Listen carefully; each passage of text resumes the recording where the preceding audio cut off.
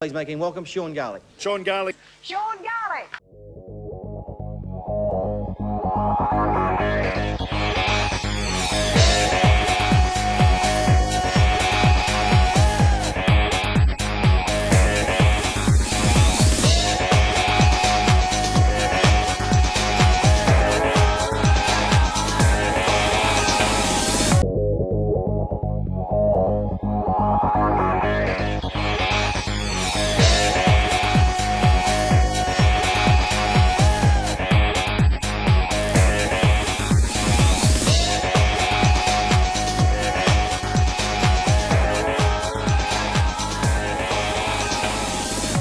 This episode is brought to you by DeLandro and Andrews Engineering, your full-service engineering company for the Hamptons. Welcome back to Sports Talk. This is Bob Mack. I'm pretty excited today. I have one of my closest friends from around the world, Sean Garlick from Australia with his South Sydney Rabbitohs. That's right, yeah. Garlo's Pies. Mm-hmm. I would say this guy's a Renaissance man, and really, if you don't know him in America yet, you're going to get to know him. His company, his products are going to be over here. And when you hear his story today, I think you'll be super, super impressed on the human being with me. Sean, welcome. Great to be here, Bob. Thanks for having us. So we met 14 years ago on a cruise, actually. And I think mostly because of sport. We conversed about sport. We both kind of had similar interests, and we hit it off. And our family came together. My show is about sports and celebrating athletes and how sports has affected their lives and why it matters to me a lot. It's kind of carved my path. So let's talk about Sean Garlick. When did you start in sport, and what role did it play in your life, and does it play a role today? Well, I grew up in a place in Sydney where rugby league was the main game, and my father was big into sports. You know, he loved the game, but his father died very young for him, and so he never really he left school early. Never really got the opportunity to follow football as far as he would have liked. He played a bit? He did. Yeah, he played up until the age of about 18. Oh, okay. And but then he was working. He was in a family. He had a single mother, 4 sisters. He was the only boy, and so he had to get to work. And this is in the, had to take care of the family. Yeah, and this is in the 60s, I suppose, in Sydney, and they didn't have a great deal of money, and so, he looks back with a bit of regret that he didn't get to go as far as he would have liked with football, but he was very big behind, encouraging me to, and so, from the age of 5 years of age, took me down to the local football training field, got introduced to the team, and, started in an under sixes actually back then. Under sixes. Under sixes, yeah. Wow. And it was just a thing. Everyone played football at school in the break, and recess and lunchtime, and I just loved it. I was a smaller guy, but it also we changed primary schools when I was 10 years old. And I went from a school where I was very well known and accepted, and and had lots of friends, to a school that was it was a tough school. High on Indigenous, a lot of Aboriginal kids there. It was a rough school, and so you had to be tough. I had to learn the fast way. And I remember there was bullying in the playground going on, and I remember spending my first term and in school holidays, saying to Dad, "Oh, I don't know whether I like this school. I don't know whether we've done the right thing." And he goes, "You'll be right. You'll be right. Oh, there's these guys that, that they're tough, And anyway, he said, "Why don't you take a football to school? Take a football to school and see what that does." And sure enough, it attracted. There wasn't many kids that had a football. So now, do you guys play do you play sandlot football? Sandlot? What's pickup? Like with touch the boys. football or something? No. Like just we would play football without pads. Yep. Like just the kids getting together Yeah. and play. So would you play a game of rugby Absolutely. with the kids on the playground? Most definitely, yeah. And that's where you knew who the toughest guy was, kind of thing? Absolutely, yeah. So we don't ever play with pads, and so it wasn't any different, But you might use a shoe as a football if no one had one that day, and all that sort of thing. But it really did sort out who was the pussies and who were the tough guys, and who was prepared to try harder, and it formed some great friendships right from that and because very young ages. you were smaller in stature. Yep. And you made this move, and maybe you weren't as confident because you weren't comfortable with your friends yet, and now you proved yourself in sort of the tough guy world, which was rugby, Yeah. right? What you guys call football. Did that sort of start building that confidence? Most definitely, yeah, and it's really important, as you would know, in sport. That confidence is probably the most important thing. To have that self confidence and that self belief is probably the greatest attribute you can have. And I saw many kids who were much more talented, much more athletic, who just didn't have the self confidence. Didn't think it was for them, and gave the game away when they could have done anything. So that's swagger, confidence. You play when you're younger, and then sort of similar to here, but we don't have like a minor league system like you guys have. Like you say, the pros is first grade, and then you have a second grade and third grade, and then after that, you probably shouldn't be playing. No. Yeah, that's true.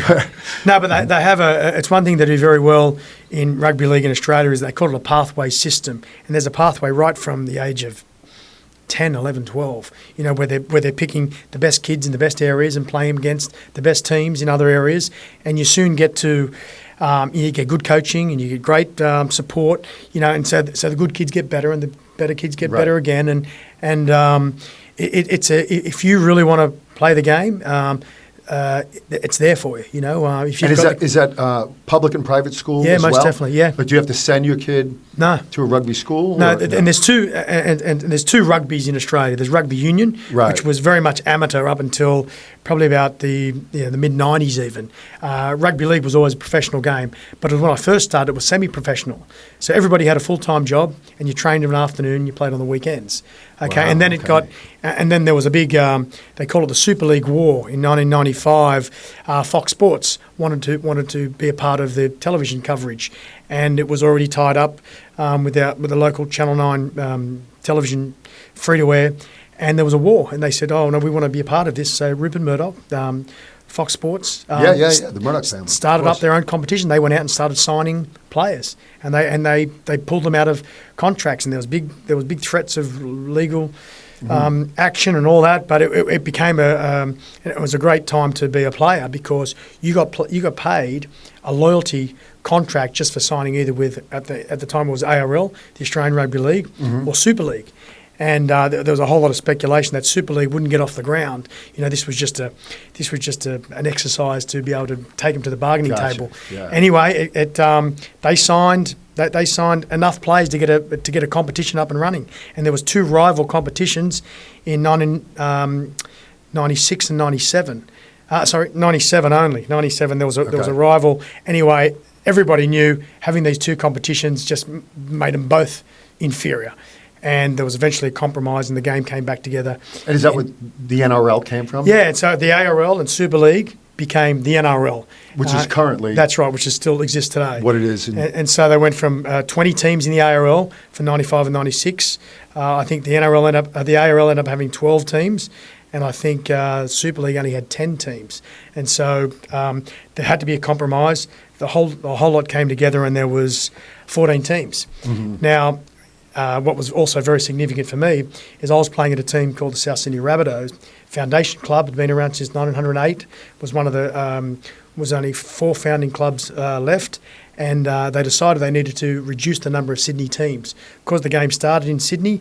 There was there's about 10 teams out of the 20 teams that were from Sydney. Oh, really? So they thought we needed a 14-team comp, and we needed to reduce the number of Sydney teams. So very controversially, South Sydney were excluded from the Premier League, and there was a big court, and there was marches. In fact, I remember it was at the end of '99. It seems that they're like one of the most popular teams around. Well, nobody thought it could happen. The Rabbitohs had won more championships, more premierships, we call them, than any other club. Mm-hmm. There was 20 premierships, and they thought they just can't do it. This is all propaganda. It won't happen. Sure enough, they got a letter that you've been excluded, and so the whole city marched. The whole city marched down on Town Hall, and it was a famous march that was full of people from many different clubs, not just the Rabbitohs, who thought this is not right. You just can't throw this old club out. Premier club. Yeah, and anyway, there was a court case taken on, and people contributed money from because the Rabbitohs weren't a rich club, whilst they were long-standing and successful in terms of their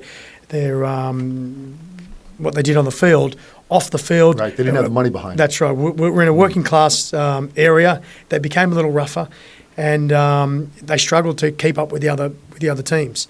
And so, big court case that they eventually won, and the Rabbitohs were readmitted back into the competition, which was just phenomenal. But they had to start again. They had no players. How many years did you play for the Rabbitohs? So, my first year, I made my first grade debut was in 1990. I was a 20-year-old, about to turn 21 that year, and my last year was in 99 as a 30-year-old. So I played 10 seasons. And during I played 4 seasons at the Rabbitohs. Then I went to 2 seasons at the Roosters. Roosters, right? 4 seasons at the Roosters, and then 2 seasons back at the Rabbitohs at the end. Yeah. So you retired as a Rabbitoh? Correct, that's right. With the South. And you grow up, and there's junior leagues, and I was in the South Sydney Junior League, and very, very proud. Played for the Laperouse Panthers Junior League Club, which was a very strong. The South Sydney had one of the strongest junior league competitions in the country. One thing they did, they had a very big, and it's the model, and used to be the model more so than now. Every team back then basically had we call them leagues clubs. They're like a big drinking facility, big bar, restaurant, and poker machines. They're like a mini casino, actually. Yeah, mini casino. And in the early days, that's what funded the football clubs were these clubs. As the game got bigger and sponsorship became more a thing, and television rights and merchandise and all that, then less so. But do they still sponsor the like second and third grade? Yeah, teams for the they're clubs? still, each team pretty much has a club and still contributes to that team. Okay. But it's nothing like used to be the case. But and your boys, they were ball boys. They were, when you were playing. Yeah, in for rugby South? league, you have the when the ball goes into the crowd, you can have another ball ready to come on or to bring out the kicking tee. And my boys they're very proud born boys. and raised with the game. Absolutely, yeah. And I know your 2 older boys were really big into it. Yep. Right. In fact, Jackson played second grade probably longer than he should have. He just kept the love of the game, kept going and going. Yeah. And now Bronson's playing for Melbourne. That's right. Yeah. It was a great. The boys, they all loved it. I got 3 boys. The youngest one more so had a bit more, probably had more talent than all of them. But he was a golfer. He loved his golf. Good golfer. Campbell. Yeah, and he was More of a prankster, though. Yeah, very much a prankster. But he loved his golf and was even contemplated coming over here and having a scholarship over here and being a pro golfer. As he got to decision making age, he decided against it and wanted to work in the business with his brothers. Well, I think part of the conversation we're going to have is about the business, but we have to get there. Yeah, because we're not there yet. While you were playing rugby, you said when you first started out, it wasn't big money yet, and you had to have a job. What was that job? Yes, I was a policeman, and there was a lot of policemen back then. I remember even being at school, and you're coming up to your last year, and it's what am I going to do? Do I go to college? Do I go to university? Or what I wanted to do was play football above all else. At the time, there was a lot of policemen that were footballers. And the police were very, very kind to footballers in terms of ensuring they were put at a station which was good for the team they were playing at. In terms of the shifts, you didn't have to work, the weekends. You didn't have to work the afternoon shifts because that's when you trained, that's when you played. Right. So they worked around your schedule. They worked perfectly around you. And you know what? It was a great.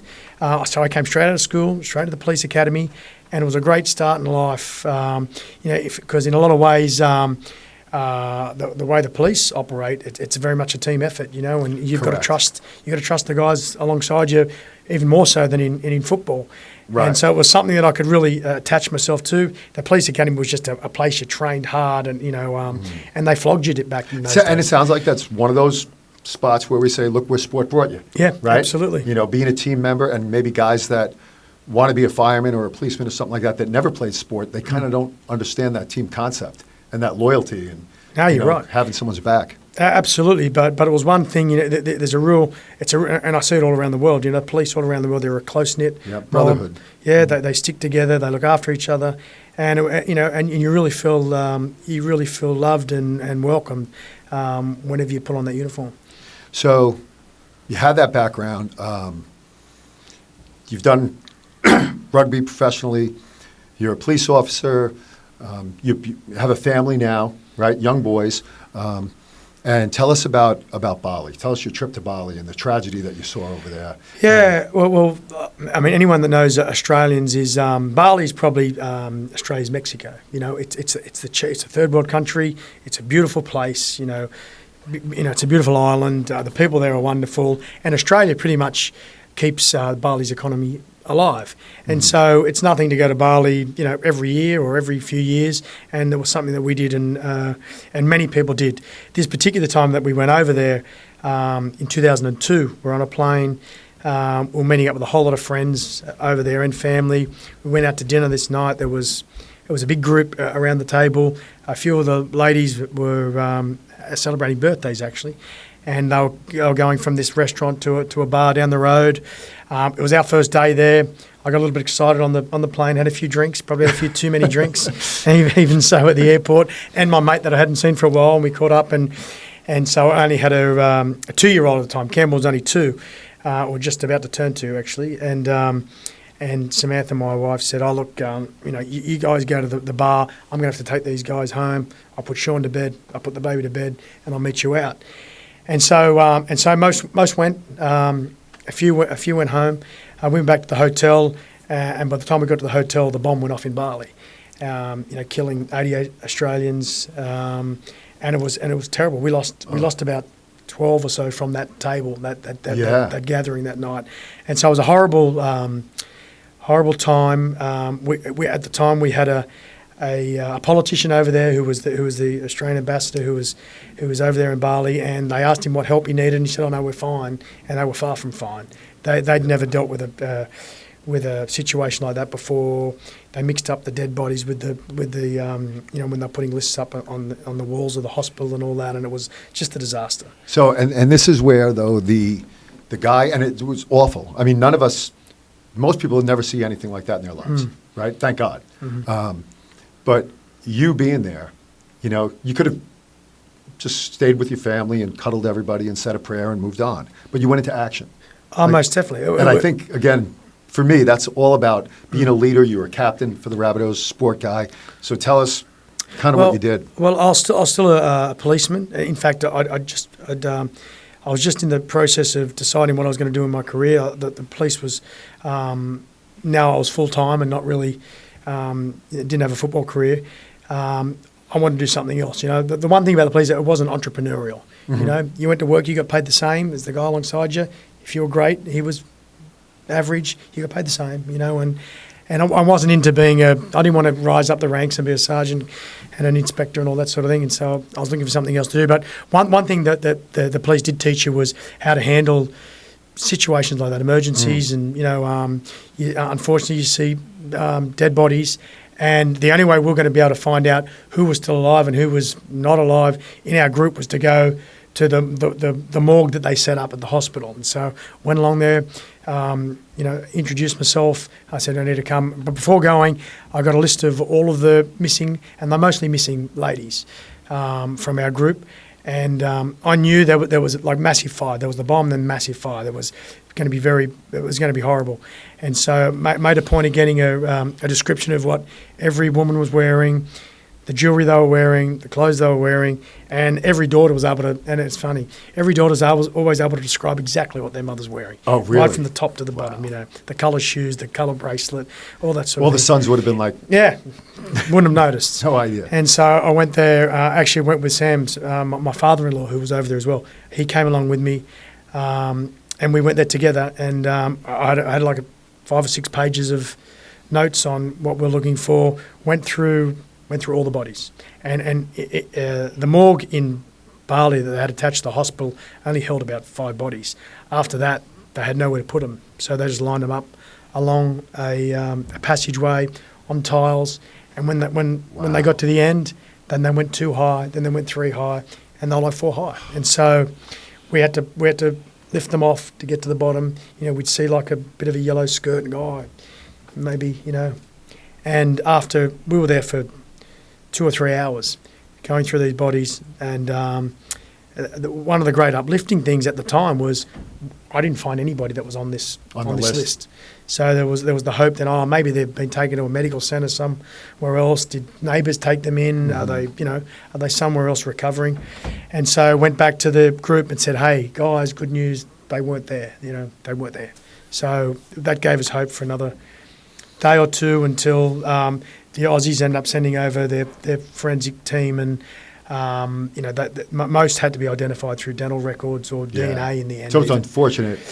It really was false. That's right. Lost all those people. It was all false hope. It was a horrible tragedy. I think one of the greatest tragedies Australia's ever. And it was I think it was the first terrorist attack on Australia. And the bar that they targeted, it was a Western bar. It's where all the Aussies went. We lost a few Americans. There was some English, some Germans, but horrible time in Australian history. So, unfortunately, you dealt with that, but you dealt with that, and to me, it sort of builds to me who that Renaissance man is, right? So, because you wouldn't expect, I think, a football guy then to be the police guy, to be going through that situation, dealing with that, and then become a pie guy. And when I say a pie guy, again, most people in the United States don't even know what we're talking about. Sure. But when we met on the ship, we talked about, what do you do for a living? I was an athletic director, and you own a company called Garlo's Pies. And I learned his name in football is Garlo, right? So very famous name as a player. And his brother was a pie guy. He was a chef making pies. That's right. And let's be entrepreneurs, put the two together, including your dad, who we don't call dad, we call Terry. I don't know why, but that's what we do. And build this company that's become a multi-million-dollar, very successful company in Australia. Tell us about that. Look, when I finished playing football, I knew that I wanted to do something. I had a lot of ideas, and I did a bit of child acting as a kid. From the age of 10 to about the age of 20, I appeared in some television commercials and some series, and I starred in this movie that was actually a home box office produced movie in Australia. In 1985, I was 15, with Rachel Ward, who starred in it as well, and it was a really good movie, and so I sort of I love that side of that creative side of thing, and so the first thing I thought I'd do as a bit of a tester, whether I leave the police, and I was cautious. I didn't want to quit the police and go out into something that wasn't going to be successful. So I wrote this lifestyle television show. It was called Body Business, and it was about making your body your business. And it was about health, fitness, sport, and nutrition. Right. And I pulled in a cast of, sports doctors, physio, podiatrist, and personal trainer. And this was in 2000. This was straight after the Sydney Olympics in 2000. And so everybody was sports mad, and Australia was on a high note. This is a health-oriented show. Yeah, correct. To teach people how to live a healthy life. Look after themselves and how to train and what you should eat and nutrition and the myths and all that sort of thing. So I wrote this show, and then I recruited a cast, and then I shot this 1 hour special that was ready to go to television. And was that to pitch it? Yeah, that's right, to pitch it. I thought rather than going with a concept, I'm just going to make this. I had all the ideas, and I had some, I knew cameramen, I knew sound recorders. You had the experience. You were an actor. And so I thought I can do this. And so I really put myself into it, and I made this show. And when I was at the Roosters, there was a board member who was on the board of directors there who was head of Channel 9. In fact, it was was in the family. His name was David Gingell, and he was the CEO of Channel 9, which was the biggest free-to-air television station in Australia. And I went and saw him and said, "Hey, I've got this show." And was this before or after? Because you also did the footy show. Yeah, that's right. The footy show was a show that was on, and I was on that whilst I was a player, and then I did that when I retired, and I did some commentary as well for Fox, and so I was doing a bit of that. I always had 3 or 4 things on the go. I had a side hustle here, wow.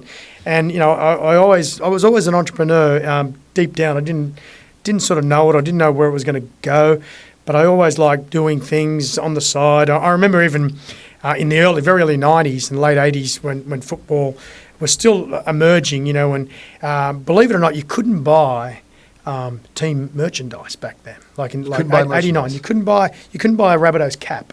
Really? You know, you just couldn't. They didn't have that yet. You know, America, you could buy everywhere. You know, we hadn't got to us. That's yet, how you make the money. Yeah, and so and so we used to go. It was a thing then. It was a cultural thing then. When you played your season, the whole team went away on a trip away, and the Rabbitohs were. And this is what made me fall in love with America. The Rabbitohs in 1988 took 35 of us to America. All free. Didn't put your hand in your pocket. It was all paid for. Wow. 35 of us. And we come over here for about 2 weeks, and we visited the West Coast or both? West Coast. We visited the 49ers actually, and we were the first Australian team to visit the 49ers. And there was in those days Jerry Rice and Joe Montana. And, Yeah. you know, They're best of the best at that they time. were huge, you know, and loved it. I thought, you know, and we came back and played another season, and this time we're going to go away again, and. To add a bit of extra spending money, I started getting merchandise made up. And I got Rabbitohs and the American flag, and I made shirts, and I made shorts, and I made caps, and we sold them to the Rabbitohs fans, and they bought them like you couldn't get any. Who was so? You did it. Yeah. Were you making the money? No, or the money it was going to the shared team. Money was going to the team. Oh. This was going Good to go on the bar, you know. Yeah. And we made a few grand, you know, back then selling T-shirts and shorts and caps, and I still have the gear today. And it was unbelievable, you know. And I thought, oh, this might be a business, you know. You come up with an idea, Clothing lines, clothing and all that sort of thing, and I started that. I started a business called Specialized Sportswear, you know, and you also did it for corporations, you know, big companies that needed to have their uniforms and all that sort of thing. And I did it, and then I started going into like pullover tops and tracksuits, and I starting to get a bit out of my comfort zone. And I got this, and the thing that stopped me, that told me, hey, it's not all, you know. What it's cracked up to be. That's It's right. not just money coming in. Is I got a whole lot. I got these. They were overcoat-like jackets. They called them anorak jackets back in those days. They were like a long jacket, you know, with a zip up, and you know, you had like a cord in the middle, sort of thing, and pockets inside. And I got them all made up for this company. Got them sent to the embroidery and all that. They were beautiful, and brought them out there, and the embroiderer stuffed it up. And so the jackets that I had to buy, that, you know, cost me about $80, you know. And then I was going to, you know, pay for the embroidery $5. And Was the name wrong? Or? It was wrong. It was wrong. Spelt wrong? Spelt wrong. They made a mistake, you know. And you're dealing with Chinese mostly that were doing the embroidery. Yeah. They had the embroidery factories and all that. And I had all these jackets, you know, that were no good to anyone. They didn't want them, you know. And I had them. This was You had to eat it. And I went, yeah, I had to eat it. It was like, hey, in business, you don't always make money. Sometimes you lose money. And so I thought, you know what, this is a bit risky. I don't know whether, you know, I want to do this. And so I finished playing football, and my brother was a pastry cook. He got his pastry chef's apprenticeship and was working in a local pie shop, and was sort of a little bit miserable. He was bored. You know, he wasn't earning much money. And he actually gave it away and was driving a truck. And I thought, what a wasted talent, you know. And I'd finished playing football. My father was just retiring from the waterfront. He'd been a waterfront worker his whole life. And he'd just taken a redundancy package. And so he was looking for something to do. I was finishing to play football. And I thought, what about if we started a pie shop? It was ours, you know, Terry, Sean and Nathan's. Anyway. Now, for the American audience, when you say we're going to start a pie shop, what would you compare it to? Like, here, somebody's opening a pizzeria. Yeah. Like, we have pizza places everywhere in New York. But a pizza place is just a small, you know, let's make some pizzas, and you'll make a good living, but nothing crazy. It's not too different. Whether you're making pies or pizzas, you make the pastry, you know, you form the pastry in the tins. Was your mindset, though, entry level, open a shop and see how it goes? It was just going to be one shop. What were you thinking? No, it was going to be one shop. Where you are today? And I was going to stay involved in football. I love football, but most people in rugby league, when they finish playing, if they've got a profile, they usually go into commentary, or they go into coaching. And that's basically where right. You know, you can't take many, but that's where those are the avenues that keep you in the game. What I liked is I liked the general manager of football, the football manager side of the role, where you're between the commercial side and you're between the football team, you know. And so I noticed in most clubs the general manager of football or the football manager stayed around for decades. Coaches, ruthless, come and go. ruthless. Yeah, sure. You know, if you start the season badly, they give it, you're gone. You know, and that's just the nature of everybody knows that. Sure. Coaching it's a temporary position, you know, until you start losing and you're gone. So, and the coaching, you know, I didn't think I had the patience for the for the coaching either. You've got to be a really patient man. And so the Rabbitohs were out of the comp at this time, and so. But I was on the board. I was on the board of directors. When I retired, I got on the board of directors, I was part of the orchestration to get South back into the competition and the legal fight and the march and all that sort of thing. So I was busy and was staying in touch with the game and so I had the body business show that I was pitching to my mate David Gingell. I had the idea of opening a pie shop, and I had the Rabbitohs. The Rabbitohs get back into the competition. The manager. Yeah, that's right. Anyway, in the space of a week, we applied for a lease at a local pie shop. We got the lease. The Rabbitohs got readmitted to the competition. They got me the job. And I had this TV show that I was negotiating to make all these episodes and future storylines and all that. And I had to say, oh look, I think I can do two things, but I can't do three things. So I took up the role as football manager of the Rabbitohs, which was a great highlight of my life when we were admitted back into the competition and like all of that pomp and ceremony and hype of the Rabbitohs being out for 2 years and then being back in. And we opened this pie shop. The football thing sort of, I knew my way around the football side of things. The pie shop thing was brand new. Nathan said, I know how to make the product, but I've got no idea how to run the business. And funny thing is, I look back now, and I said to him, well, how hard could it be? Terry goes, don't look at me, I've never run a business. And we thought to ourselves, hang on, who do we go to for advice here? Because not only had we never run a business before, we didn't even know anybody who would ever run a business. Who ran a business? Didn't know anyone. Didn't think I knew anybody. Anyway, we moved into this shop and we started to work it out, and And when you say you moved into the shop, it's a storefront? It's a 60 square meters, which I think is 600 square feet. Okay. Not that big. And you're just selling. And so we're making the pies. This is a storefront business. That's right. We're making the pies out the back, and we're selling them out the front. Gotcha. With soft drinks and coffee and that sort of thing. And Nathan used to start in the morning. He'd have about 2 or 3 assistants. They'd make all the pies, and they'd be out ready for the day. And we'd make them. So I had to employ staff, and had to pay wages, and I had to get payroll software and all this sort of stuff was just brand new. I'm just making it up. And then there was actually a South Sydney legend, Ron Coote, who he was one of the greatest players of all time. He played in the 60s and the 70s, and he was one of the first guys to take up a McDonald's franchise when they came out to Australia. When he retired from football, he went into McDonald's. There's this brand new franchise that was coming to Australia, and he got one of the first franchises. And because he was a legend of the game, it was great for McDonald's, but it was good for him as well. And then he ended up having multiple McDonald's. At this particular time, he had a McDonald's store that was 100 yards up the road. And so, are you friendly with him? I used to know him, but I wasn't. He was up there. Right. So he was up there, and so I used to idolise him. Anyway, and we knew each other. Anyway, so I walked in there. I said, "Ron, I've got a question for you." I said, when we're paying these people, and how do you know how much to pay them and how much tax do you pay and all that sort of. He goes, "Oh, Sean, firstly there's an award wage, and based on their age, if they're 16, you have to pay them less than when they're 17.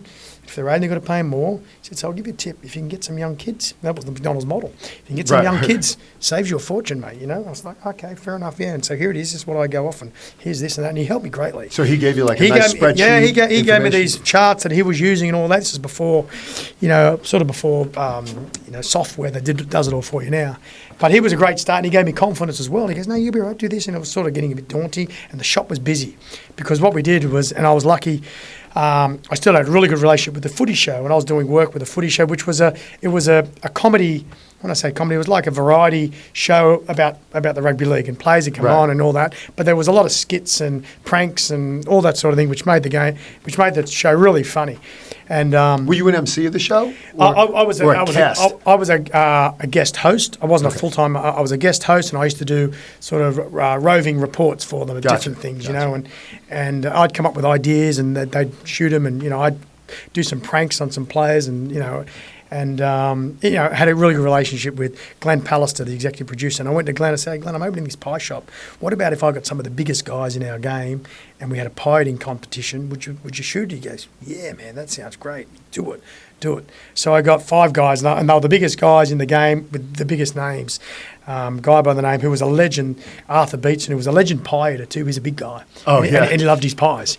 And so that's a thing, right? Pie eating contests. Absolutely, pie eating contests. We did it when we were over there. Yeah. And so I got Arthur Beetson, I got Mark Spud Carroll, I got Darryl Broman, I got Craig Salvatore, and I got Mark Geyer. These five big guys, and they came and they ate pies and they drank beer. And they televised it, and they kept going back to the studio and crossing over to us live, and they kept coming backwards and forwards all night. And it was the best promotion you could have ever had. It went nationwide. How much it cost you? Cost me not a dollar. Not a dollar. That was the best part about it, And it was like you're on national TV. From day one, we couldn't make enough pies. I'm saying, Nathan, you've got to make more pies. You've got to make more pies. He goes, you're going to have to get me more staff. You're going to have to get more staff. I can't make any more, And it got to the point where this shop just couldn't make any more pies. We couldn't get enough flour. We couldn't get enough meat. We couldn't just get it in. And so straight away, we're looking for a second shop. And almost a year to the day, we found this second shop. We built it, and it was much bigger. We went from 60 square metres to 150 square metres. And we had another pie eating competition. And I went back to Glenn and said, hey, I'm opening another shop. Do you want to do that pie eating competition again? He goes, yeah, let's do it again. Anyway, it was a year later, and so it probably makes good ratings. It was good ratings. People loved seeing, and throwing these pies down, and then that shop. That was so first shop was at Maroubra, which is like a beachside sort of little place just around where we grew up, and the next place was at Mascot Airport, right next to Sydney International Airport. A bit busier sort of area, but not too far. And then that shop became anyway. We made that shop 24 hours, 7 days a week. It was 24/7 because of the airlines. Yeah, because the airlines was sort of a more active nightlife, and this shop was like from day one. Next minute, I've got people coming in from all over the place saying, "Oh, Sean, I've got a site out at Parramatta. How about you turn into a Garlo's Pies?" I said, "Oh, who's going to run it? I'll run it. Why don't we do a franchise?" I said, franchise? I'd been going a year. Franchise? Yeah, okay. What do I know about franchise? Did you call somebody and say, what's a franchise? I don't know about franchise. I don't know anything about franchise. I got hold of a guy. You got pointed around, and we got a franchise agreement. He started. And then another one started. Anyway, we ended up... Where does that end up? How many shops? So we ended up getting to 13 shops in the first 5 years. Wow. Mind you, when we were 3 shops in, it was hectic, And so I'm hiring people, and I'm conducting interviews, I'm doing the payroll and paying invoices. I'm doing it at night. And the boys are little. Boys are little, and I've got a full-time job at the Rabbitohs, and you're going away, when they're travelling, you're travelling. So I was flat out, and it was just too much. It was too much, and regretfully, I had to leave the Rabbitohs. I had to say, hey, guys, my brother needs me. My father, Terry, was doing deliveries, and then we started not only having shops, but we delivered to the pubs and clubs and schools and sports grounds, lunch trucks and food trucks, all that sort of thing. And it became a big thing, and the brand got bigger. And then we... Now, at that point, are you operating out of the first factory that I saw, or was that not even built yet? No, wasn't anywhere near it. So we're at our first shop where we made our pies, and we still kept the shop, but we moved all our production to Mascot, our second shop, and we stayed there for 2 years. And then we couldn't, and we ended up just couldn't make enough. We couldn't make enough pies, and so we then ended up buying our first factory, bakery sort of thing that went from 150 square metres to about 500 square metres, and so we thought, oh, we're going to be here forever. Anyway, we started making pies there, and that's when we got a knock on the door from Coles, one of the biggest supermarkets in the country. They liked what our shops were doing, and they wanted to get our pies in, and straight away I said no. Because I'd heard... So Coles is like Publix in Florida? Yeah, they're huge. And in Australia, there's a duopoly. There's 2 major supermarkets that both of them together own about 85% of the supermarket market. One's Coles, one's Woolworths. Coles come knocking and said, "Oh, we'd like to." And I said, "No, I've heard what you guys do to small businesses like us. You build them up, then you won't pay them on time, and they can't pay their wages, or you reduce their price so it ruins their brand value, or you build them right up and then you cut them and you cut them off at the knees and they've built up for it, not interested." Anyway, so the guy kept coming back and back. Anyway, we ended up getting a great deal. In fact, he said, "All those things, Sean, I've written them all down, and I will personally make sure all these things don't happen." And to his credit, he did. And he got us. He held our hand, and all of a sudden, we went from making selling a one at a time over the counter. And then when we started wholesale, we did a box at a time. Now all of a sudden they're buying pallets at a time. And I remember my first order with Coles, and we started supplying to a few stores direct, and they were going really well. And we were going to the stores, and my wife Sam used to go there, and we'd do in-store demonstrations, merchandising. We would give out free products and all that sort of thing. And the buyer rang me from head office and said, "Oh, Sean, would you like to supply to the whole state?" I said, "Oh, the whole state." Hang on, how many stores? She goes, "Oh, 224 stores." Anyway, my head's on 224 stores. Yeah. But now you got trucks I'd like coming to do in, that. delivery Yeah, trucks. we weren't that sophisticated then, because we were delivering to our own stores and a few pubs and clubs and all that sort of thing. Supermarkets are different kettle of fish.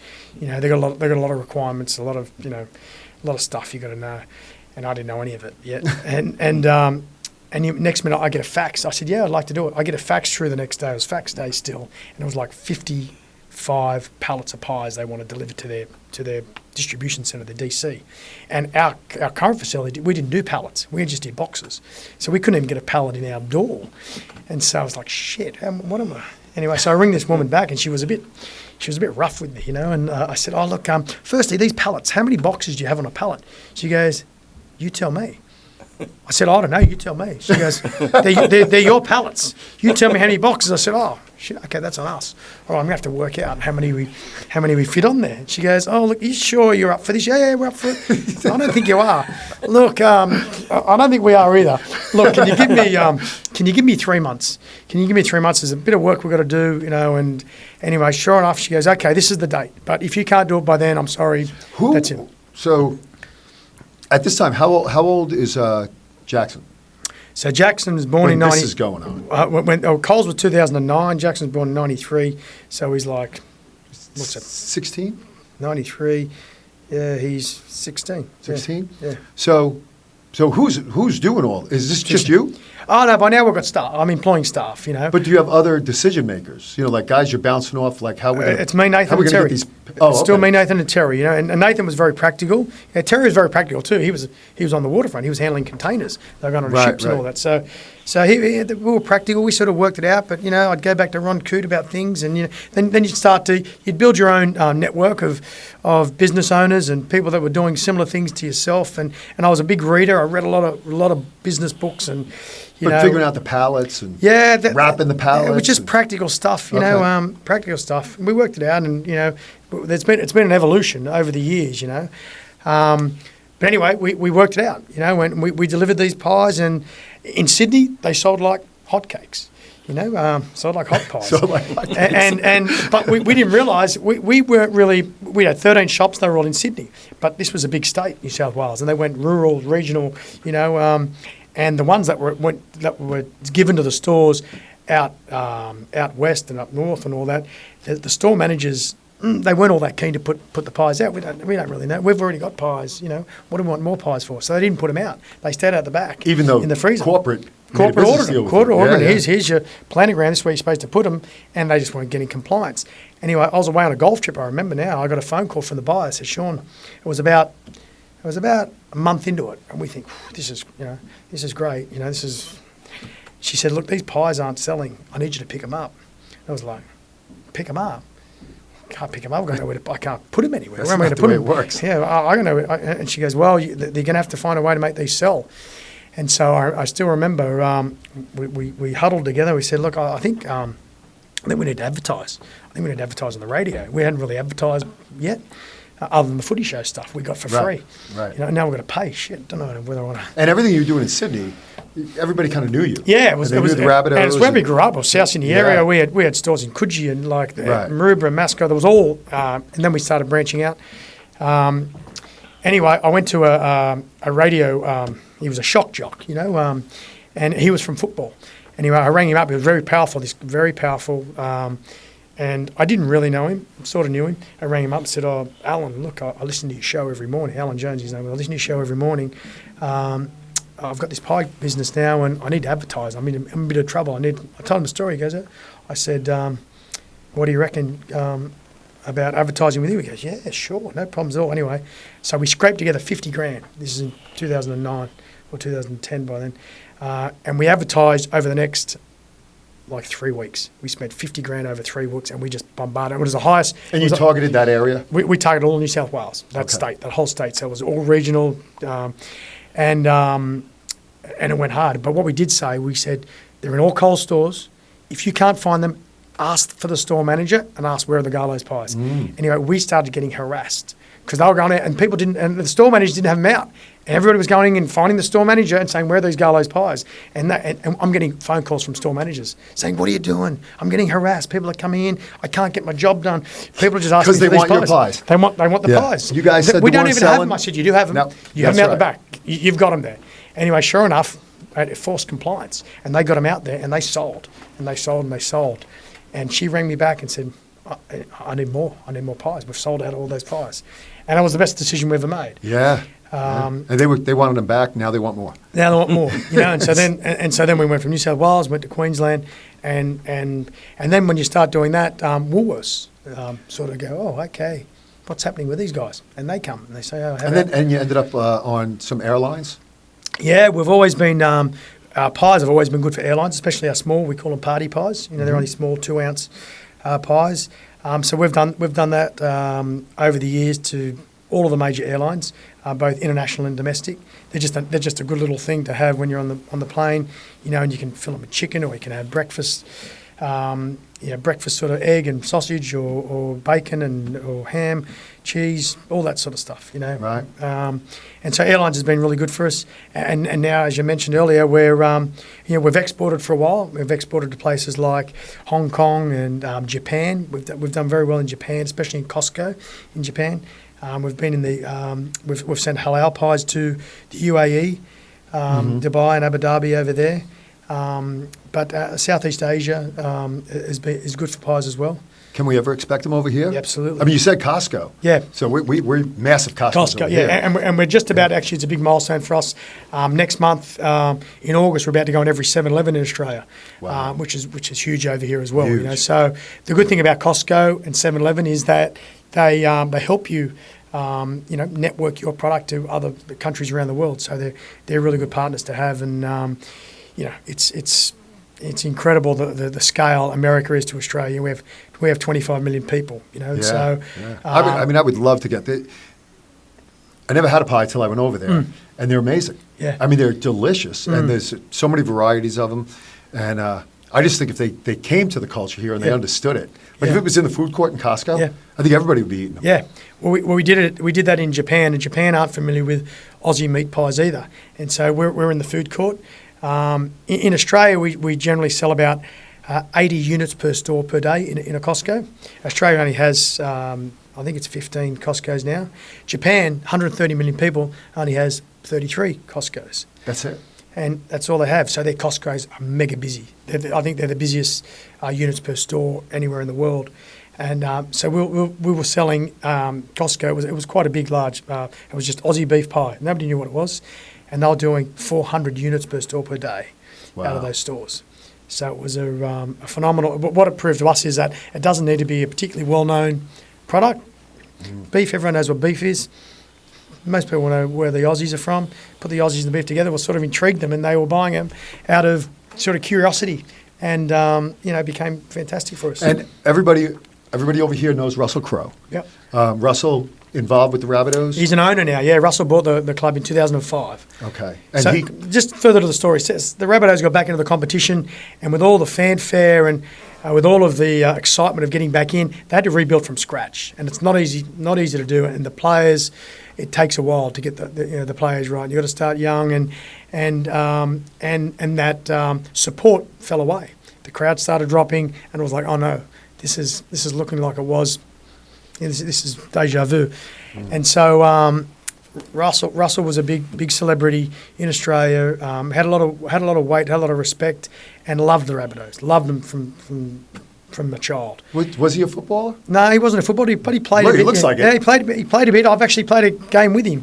Like celebrity game? Yeah, it was. It was a game. It was actually a competition they had he lives in Arara Valley up in the northern New South Wales. Beautiful place. He's got a farm up there, and they had it was like a nines comp. We played 9 team on of 13. nines? Yeah, 9 on 9. And he pulled together a celebrity team it was all retired players. And so I was part of that team, and he took the field at one particular time, which was great fun. But no, Russell, he saved South. He saved South unmistakably. It was very controversial because the club was always owned by its members. It was always owned by the public. And the idea of private ownership in Australia wasn't a thing in 2005. And so there was a bit of a split down the middle about whether this is a good thing or a bad thing for the club. I just knew we couldn't keep going with the model that we had. Right. We just couldn't. And we're getting disrespected as a team from the establishment. They weren't conferring with us before they made rule changes, and we were getting pushed around. We had no clout. Anyway, Russell teamed up with a very well-known businessman in Australia, Peter Holmes of Court, very successful man, and he had money too, And the two of them formed a partnership, and it had to be voted on by all the members, and he had to get a 75%. A majority vote out of all the members. So there was this big day where everybody came along. They actually held it at our home ground where you've been out there, Accor Stadium, the Olympic Stadium. Mm-hmm. That's where they held it out there, and there was thousands of people came, and everybody got up, was able to say their piece. Really? Yeah. Did you? I did. Did you politic for it? Absolutely. I was absolutely in favour of it. In fact, I pushed hard. I'm heavily involved in our Old Boys alumni Rabbitohs group, and I explained to all of the former players how important it was. If you want your team to be around, right, then we've got to get behind this, And I've seen it from the inside. It's not going to succeed with the model that we have, and they all got behind it, and it was a big day out there. And I remember getting up and emotionally speaking and say, "Hey guys, this is serious, and nobody wants Rabbitohs to succeed more than me." And I've seen from the inside, it's not going to happen. Anyway, we got something like a 75.8% vote, and it got over the line. Awesome. And so they came in and they changed the place overnight. Overnight. All of a sudden, all the players are wearing Armani suits, and he just brought a level of professionalism and prestige that the club never had. It was this working class area, working class team. Which is it's nice to have that image, but it's not successful. And young players changed, and young players want to go to teams that are going somewhere, and aren't the grungy old team from yesteryear. They're fresh and modern. And he rebadged the logo. We went from Rabbitohs were always red and green. Red and green tracksuits don't look that good. Red and green caps, they're sort of, and straight away he went, whilst the team still played in the same jersey, all of the merchandise was black and white. It was black and white with this white rabbit or a black rabbit. And he was the first one to bring in this black rabbit. And so prior to Russell, there was no home and away. Rabbitohs just, no, we don't change the jersey. The jersey stays the same. Yeah, and every team changes the jerseys. They changed up a little, It's crazy. And he brought that in, and it was a black rabbit for home games, and it was a white rabbit for away games, and it was a different strip, and that's so different for us. Like, if you play football, like since you're a little kid, you have home and away. Yeah, like we never everybody had it. Never had it. Other teams were doing it, but the Rabbitohs were stuck in 908. So no, that's not what we do. No, we never change the jersey, and. It was just a beautiful thing to watch on and see, and all of a sudden we started recruited, the best players that became available. We don't have a draft in Australia, right? So it's just open slather, so the guys can move. You can go anywhere. It's what you're offering, and so you've got to put forward a positive proposition. We had a good stadium. It was the Olympic Stadium. It was the newest stadium at the time, and so the facilities were good, and all of a sudden they had money. Yeah, and there was money, and players could see there was money, and there was Russell's he's bringing movie stars. He brought Tom Cruise to a game once, and actually that was when I was playing. He brought Tom Cruise to the dressing room. That was a bit of a disaster because everybody was distracted. He brings him in. He brings him in before the game, and everyone's getting ready. It's like, oh, this man's beautiful. I can't believe how beautiful he's hairy. And he's just walking around the dressing room, and he's going. God. But yeah, he's brought it. Sorry. What And I know, I think, did he make an appearance at your shop in California? Yeah, Russell, when you had your premiere? Yeah, we opened a store in LA in 2014, and Russell was great. He spends a lot of time in the US, as most people know. He's always making movies here, and he would always order pies into his film set. You know, and like there's 150 people on a set. You know, and so he's ordering a lot of pies. You know, we had to take big pie warmers, and and Russell's fussy. He wanted them not too hot, not too cold, not soggy. You know, they had to be, they had to be perfect. Yeah.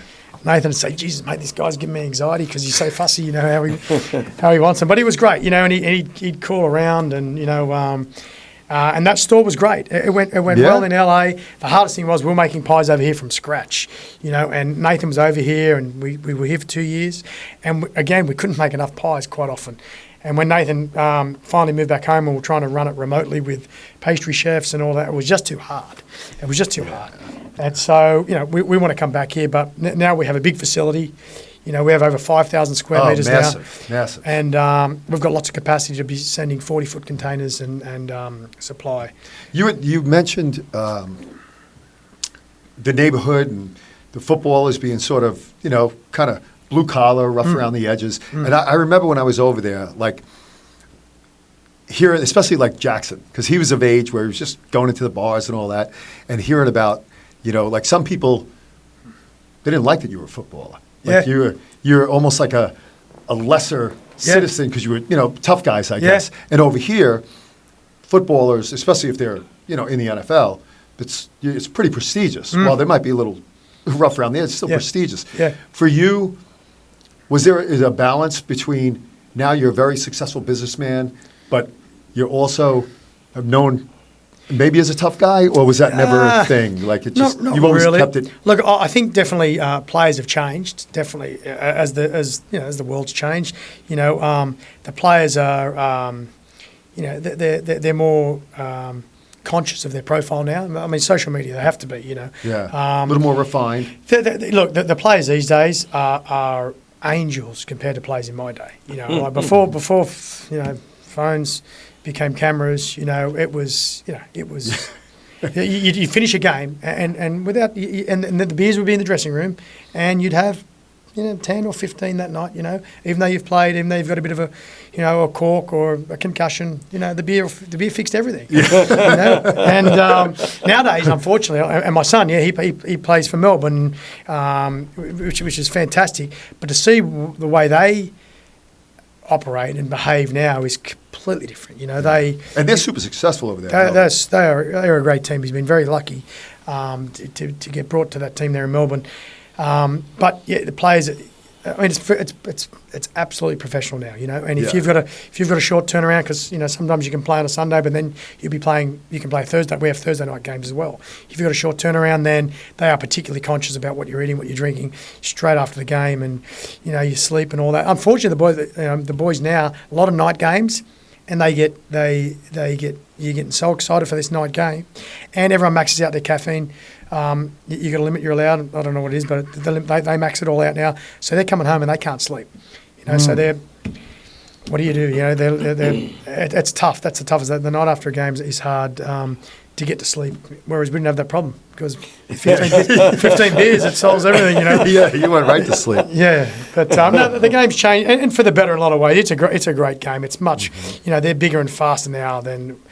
Then I can believe, like in Bronson's team alone, and Bronson's a lot bigger than me. He's 6'2" and plays in my position, which is I'm 5'8", but they're 6'5" is like the standard now, and they are weapons, they're bigger, faster, stronger than you've ever seen. And injuries now are a big part of the game, no pads, no helmets, and it's they're big collisions now. I never.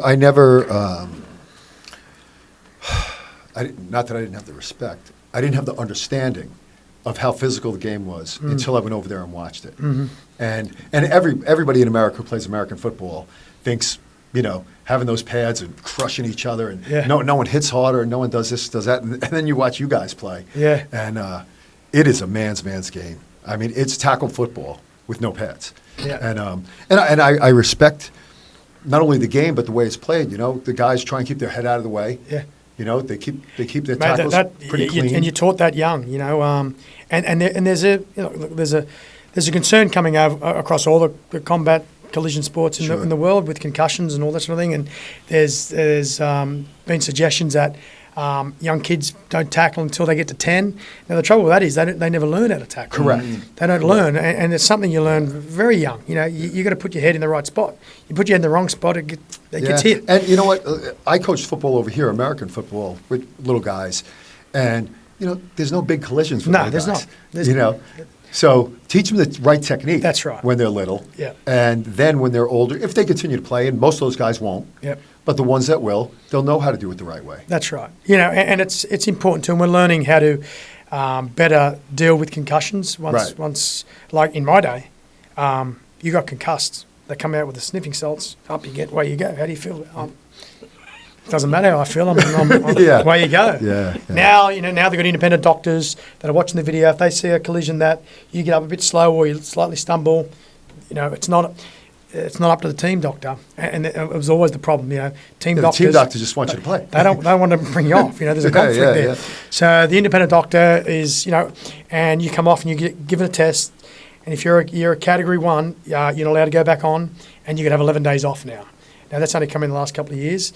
If you're a category 2 and you're stunned, but you know, you're still okay, then let you come back on, but then how to deal with it during the week and is a big part of it. The other thing that's changed in our game, and I was talking to you about earlier, is the contact at training these days. When I played, there was a concern from coaches; they didn't want their players contacting because you get injured at training. Nowadays it's full on. You know, they went the opposite Yeah. of basically what we do in America, where when we were younger, you hit all the time, right? I mean, when I was in high school and college, every practice was live except for like maybe Friday, you know, maybe a little bit on Monday, but Tuesday, Wednesday, Thursday, you were full contact, all practice. So guys were getting hurt, dislocating their shoulders. Now, Liam goes to college.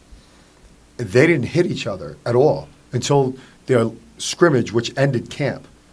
And then they don't hit again until their first game. They just don't hit. And they realized, we have these guys who know how to play the game. They've been playing their whole lives. We don't need to injure them in practice. Where you said it's almost the opposite now. Yeah, it's the opposite. They're hitting all the time. It's look, the game's that competitive. Bigger purse, bigger money. Yeah, look, and wrestling's really come into our game in the last Melbourne. I was going to ask you about that. Melbourne brought wrestling in because when I played, the goal was to get him to the ground. You get him to the ground quick. He can't offload the ball, and it's situations Helps his safe. defense better. Yeah, it gives us time to get back on side and all that sort of thing. Where they've evolved it now is they realise rather than getting him to the ground so quick, hold him up. Second guy come in, and then third guy go in. Then there's 3 of you on him. When there's 3 of you on him, it takes longer to get up. Takes longer for him to get up. You got more rest. You got more rest in defence. Yeah. Now, trouble with that is when It's you a got strategy. trouble Put with second and third guy in. Yeah, that's when we get the injuries. You know, Yep. you got a guy that's already held, then you got a guy coming in when he's stationary, and it's like The knee goes. knee shoulder goes, and you know they're clashing heads and all that sort of thing. So, yeah, there's been a bit of a change in that, and Melbourne realised that if you can wrestle good, then you get the grips right, and you can take control. You know, you take control, and Melbourne were fairly or unfairly blamed for all of these moves that came on the end. And we had it was like the chicken wing tackle, you know, where you took the arm and controlled him. And then they had the cannonball where you come in and when it held down and come out and take his legs out. Now you can only come in above the knee. I was going to ask you that. But still, we have rules about that. It's still bad. What was the other one? Cannonball. Where you got the crusher tackle where you're on the top and you squeeze his head down onto his chest, you know, and you know, so there are all these, and it was like Melbourne had come up with a way, and then it'd take a while, and it'd come into the game, and then they'd rule it out, you know, and then but they just kept innovating and innovating. Did they have a coach that was kind of like keen on all this? Yeah, they've had a series of wrestling coaches, which was sort of, and they used to deny it. No, we don't wrestle, you know. And there's all these from the purists, wrestling's killing the game, you know. It's not as fast anymore. They're slowing the game down, you know. And Let's get rid of the wrestling. Why were you guys all boxing trained? Boxing more so is just for fitness. Fitness? Yeah. Yeah, there's nothing. I thought that was one of the coolest things. There's nothing. When I went over there, when they would lift, him and his Yeah, mates, yeah. they would also box train. Yeah. And he said, "Oh, every footballer Yeah. does it. We do it at the club." Yeah. You know, Yeah. I had no idea. Hitting pads, boxing, sparring. It was a big part. Probably less now. I don't think they do it now. In my day and age, definitely. But in your day and age, you could fight. What's that? You're allowed to throw punches on the field. That's exactly right. So hey, it's going to happen. There's going to be fights, so you better be Better okay. be able to defend yourself. Yeah. So nowadays, and it's been in probably for probably 10 years now. I forget. You throw a punch, automatically off. You're automatically off for 10 minutes, and you'll probably get suspended for a week or two. So there's which the purists again, they don't like it because you got little guys. You got little guys that niggle the big guys. The big guys can't do anything about it, Yeah, other than yeah. grab you and and threaten you. In the old days, it was just bam. You want to do that? Well, cop this. And your game has changed with bigger guys coming Yeah. in from all over the world. Yeah, there's been a big Polynesian influence. Yeah. When I played, there was one Polynesian per team. Now there's like 8 or 9 per team, And they they're are just massive. when mate, they are athletes. They're warriors. They were. That's where they come from. When they first came to our game, the endurance stopped them. They couldn't. But now they've been training since they were 5-year-olds. And they're good. And Yeah. it started. It was just the big guys. Now we get our halfbacks and our hookers that are fast and small and smart. Right. They're not just they're just not the brawn. They're the brain as well. And there's some fantastic players that are coming from Tonga, Samoa, the Cook Islands, New Zealand, and they're good. You're at the next phase of your life now. Yeah. You're a grandfather. I am. Yeah, I am. I know when I say it, you're Still like, coming to terms with it. Yeah, 6 months. Parker. Yeah, 6 How's months that on. going? Oh, mate, it's great. It's tough because Bronson lives in Melbourne. We live in Sydney, so it's hard that we don't get to see him that often. But look, it just gives you another perspective on life. It really does, and you just think how quickly it went by, and they're tough times. When you got young kids, it's tough times, and it's funny as a grandparent now you got all the time in the world, or you got much more time, and you're more relaxed, and you sort of it's not there's not that need for you to perform, to work as hard, and you've got more time for the kids. Now, I still think you got a fire in your belly, though. I think you've succeeded at a high level in everything you've done. Your company has succeeded at a super high level. You're in places all over the world, right? And yet, it's not, oh, I'm a grandfather, company's good, I'm just going to stop. I'm going to rest. No way, no. You're still going. Yeah. You came to America this time around. You were in Salt Lake City, Utah, Correct. Yep. right? And you were meeting with Brigham Young University Yep. and all University these different of Utah, places yeah. to Yeah, we went to a trade show in you're right, and it's partly to do with my love for America. From the 1998 first time we got over here, and there's something about. I mean, we are so similar in culture, almost identical. We've grown up on American TV. That's all we knew. There wasn't. they get red light camera tickets. And Yeah. You can't That's use your right. cell phone. Same stuff. Yeah. I mean, it's very similar, very similar in cultures, and it's. I mean, the size of this country, the scale of this country, just makes any. I think it makes any business and anyone that's got ambition or to want to give it a go. And there's also this unwavering fondness that Americans have for Australia and Australians. I don't know what it is, and I thought it would have worn off by now. It's a beautiful It's country. just like a novelty. There's not many of us, Yeah. but I would have thought it was worn off. I thought it was like over the years, but with Crocodile Dundee, and he did great things for our country. Paul Hogan. But yeah, I would love to give it a go here. Pies in Australia, that's the thing. Pies in Australia, they're like hot dogs in America. It's like, really? Yeah, I mean, they're in every gas station, they're in every school, they're in every stadium, and it's the staple. It's the staple to the point where pies are even a bit boring in Australia. Yeah, They're boring. of course. It's like, you bring out party pies at a function, it's like, oh is this guy? Is this it? You know, like, whereas when we had our store over here and we take them to boardrooms and to companies and all that, it was like, wow, what are these cute little things? You know? And no, they're fantastic. You know, and They it's really it's are. there's that real opportunity when you're looking for something new, and people are always looking for something new in cuisine and you know in the supermarkets, and you know, and the good thing is you can eat them on the run. You know, they're a genuine handheld, not like the Marie Callender kind of open chicken pot chicken pies. pot pie was the only These thing are, that I these could are the ones think you of eat on the run. compare it. Yeah. But you said like empanadas. Right. Which is a version. Yeah. And kind the Jamaican, Yeah. Yeah. the Jamaican, The Jamaican patties, the Yeah. Cornish Yeah. pasties. There's versions of this puff pastry that has meat inside, beef, chicken, lamb. We even do this is what we have to do in Australia now, just to keep it interesting. You know, we have to do like Alaskan you king spun off crab, the sausage roll. Yeah, sausage rolls are huge as well. Sausage rolls are a staple. They call them rat coffins or something in Australia, you know, because you get varying levels of premium. But mate, I'm really passionate about the product. You know, it's quintessentially Australian. Yeah, and I think that's why we're starting in universities. You know, we think uni kids are usually the most likely to try new things. As we get old and set in our ways, you know, you're not so. I know what I like. Why you would know? I try it? I know what I like. Why would I try Right. that? But if we can, you can get the college kids to like it. You know, then we indoctrinate them early, and who knows? I think other people are trying that as well. Yeah, yeah, I bet. But some of the other things that we've gotten from Australia, you forgot the Bee Gees. Oh, the Bee Gees, And yeah. In Excess. Yeah. Margot Robbie. Yeah, Margaret, yeah. Yeah, In Excess, you're right. Air Yeah. supply. Air Supply, Yeah, yeah. Which was surprisingly way better than I thought it was Yeah, going we to went be. and saw it the other night. Yeah. It was way better than I thought it was going to Yeah, yeah. But yeah, I think Americans have an affinity for anything that seems cultural. The accents always make you seem smarter. Yeah. be. Yeah. You It's sound true. immediately smarter than, you know. Jeez, yeah, there you go. I don't know how you get that. I didn't touch this, so I want to touch it before I kind of close out. But the family end of it. Yeah. Like that.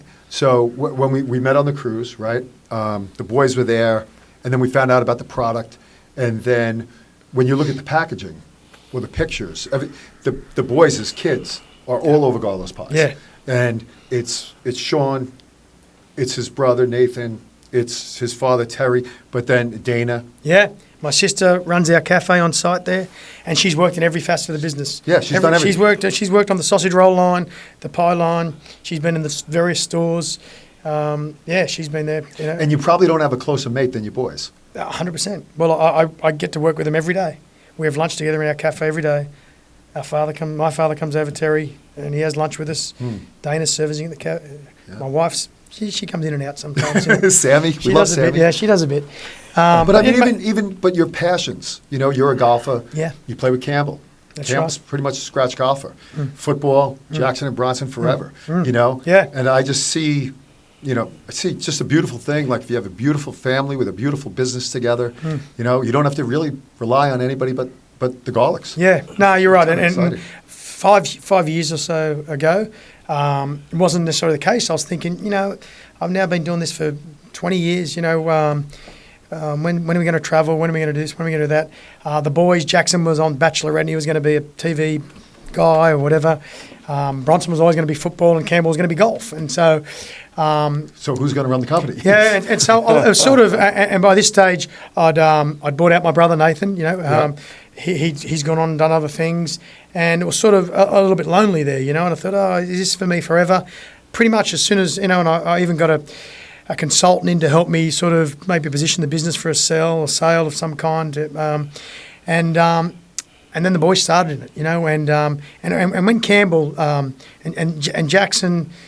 Mate, he doubled down. He finally finished his degree. He got his psychology degree. It took him a long time, but he finally got it. And I said to him, mate, if I sell this business, you're going to need to stand on your own 2 feet, whether it be this business with the new buyer or somewhere else. So, for God's sake, get your degree. And he did. And, mate, he's general manager and day-to-day, mate, he's brilliant. You know, he knows it. He's worked in the business. He clocked up 19 years a couple of weeks ago in the business. He's only 31. You know, Yeah. so he's been working in the business since he was 12. 12 years old. Every one of them, when they got their driver's license, they were in the van, they were in the truck, they were delivering, you know, and they've worked their way up. So, you know, when Campbell was leaving school, and he could have come over here on a golfing scholarship, and all of the pros around that were playing golf with him say, Campbell, do it, mate, the best time of your life. He goes, I just want to work with my brothers. Why can't I work with my brothers? I was like, oh, man. You know, it's pretty special, you know, and you don't realise you got something, how good it is until it's gone, you know. Yeah. And I don't think I'll make the mistake of moving on to something else. There's no need. No. Yeah. No. Well, best of luck, mate. Thanks, I think mate. it's awesome. Thanks for sharing Thanks for your having story us, with Bob. America. Yeah. This Thanks, was great. Paul. Oh, thank you guys. Yeah, that was great.